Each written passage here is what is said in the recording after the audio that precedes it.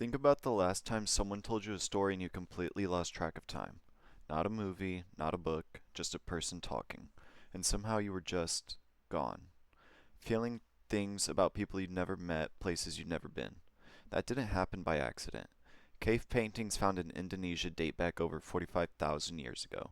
And they're not just animals standing there. They show scenes, sequences, things happening to other things, narrative, which means before we even had words for what we were doing, we were already doing it. Neuroscientists call it narrative transportation. When you follow a story, your brain doesn't process it as information, it processes it as an experience. The regions that fire when you physically move through a space fire when a character does. The ones that activate when you feel fear activate when a character is in danger. You're not watching the story, you're inside of it. And that was the whole point. For most of human history, story was the only thing to move knowledge across time.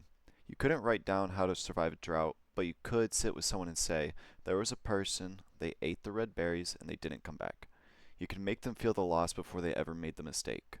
Psychologists have found that information wrapped in story is retained up to 22 times better than plain facts.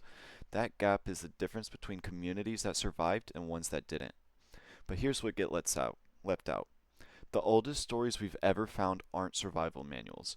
They're about meaning, grief, what you're supposed to do with pain that doesn't have a name. Anthropologist Robin Dunbar found that around 65% of early human communication wasn't practical at all. It was emotional. People using story to process what it felt like to be alive. Story wasn't invented to teach, it was invented to make you feel less alone. That hasn't changed. When you can't stop watching one more episode at 1 a.m., your brain isn't broken. Unfinished stories feel like open wounds. It cannot rest until the tension resolves. And when something painful happens to you, you just don't feel it. You narrate it. You replay it, revise it, call someone and tell them what happened. You're turning raw experience into something that can be held, shared, and eventually set down. Researchers call this narrative identity. The self isn't something you find, it's a story you're always in the middle of writing. 45,000 years ago, someone stood at a cave wall with pigment on their hands and decided what happened was worth leaving behind for someone they'd never meet. You're still doing that. Every time you need someone to understand.